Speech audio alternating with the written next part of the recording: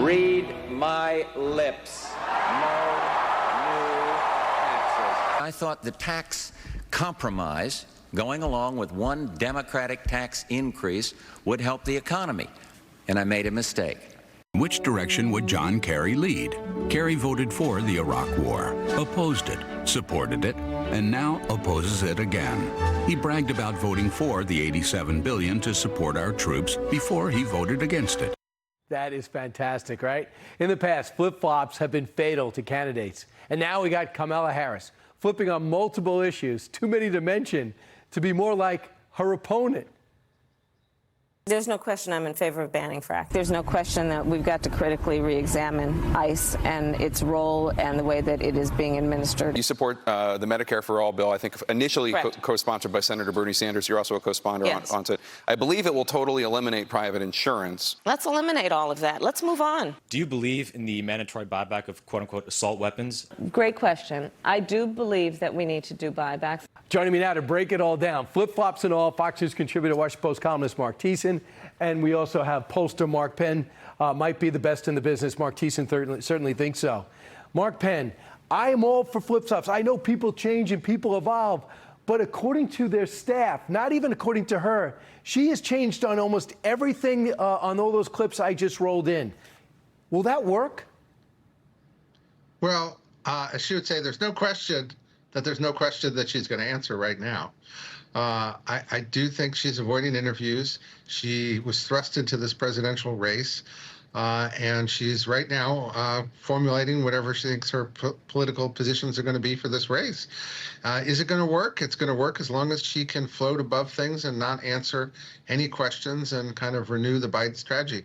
Look, I did an interesting question. Are you for open borders? About 70% said no. Is Harris for open borders? About 70% said yes. But that's not how voters are voting. They're not voting on the issues right now. Do they eventually, Mark? Because isn't the goal to find out what the president would be like if they got the job? And now we say this is what she used to think. But according to her staff, she's changed her mind on all of it. The only thing that's worse than holding positions that are so far left that they're outside of the mainstream of what people think is then flip-flopping on those unpopular positions and tacking towards what you think the American people like, because the first is bad because they think you're going to have bad policy, but the second is a character issue because they see you as not only are you out of step with them ideologically, but you're not you don't have the character to stand up for what you believe in, which is even worse. And the problem that Harris has, they have the receipts. This is her voice on video saying all these outrageous things. These were the positions she took the only time she ran in a Democratic primary for president. And she said all these things in her own voice. So it's very hard to run away from your own voice and your own words. Okay, let's move this forward. So, Mark Penn, you get hired by the Trump team, and you say, my opponent won't do interviews. I have to wait at least a month for a debate, and no one's pushing you to do these interviews. How can we flush out these opinions? What do you tell your client, former President Donald Trump, Mark Penn? Well, it's a little trickier than it used to be, particularly since young people aren't watching a lot of TV. But the Trump campaign needs to have a 3 a.m. type ad, like I did with Hillary and Barack Obama. They need to have a 3 a.m. ad even on the economy and all these different issues.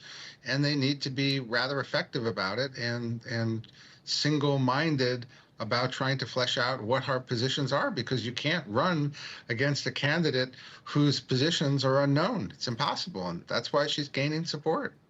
What's so interesting is Trump's beliefs and positions are popular. Democrats are usually firmly in their court say, I believe their issues are more popular, whether it's taxes or border or foreign policy.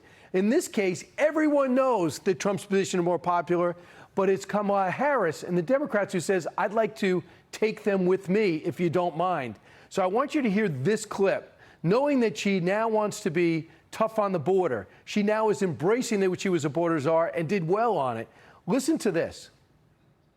Kamala Harris prosecuted transnational gang members and got them sentenced to prison. Trump is trying to avoid being sentenced to prison. This is America's border czar, and she's failed us. You haven't been to the border. And I haven't been to Europe. I mean, I don't understand the point that you're making. Kamala Harris failed, weak, dangerously liberal. Good answer. Marc Thiessen, your thoughts. Who's winning that battle? track record should.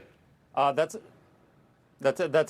good ad for Trump, and not so effective, I think, for her. But listen, the reason she hasn't done an interview is she is in a unique position, which she is the only time in modern history that a major party candidate has assumed the nomination just over 90 days before the election, without having gone through a primary, without having been vetted in any way, and just sort of skating into it. If she had gone through a primary, all the people she's been considering for vice president, these centrist swing state governors and senators, would have ran against her, and they would have said she's too extreme to be elected. They would have pulled out these quotes and attacked her and said that she can't get elected against Donald Trump. And so they would have softened her up for the Republican candidate, because that's what primaries do.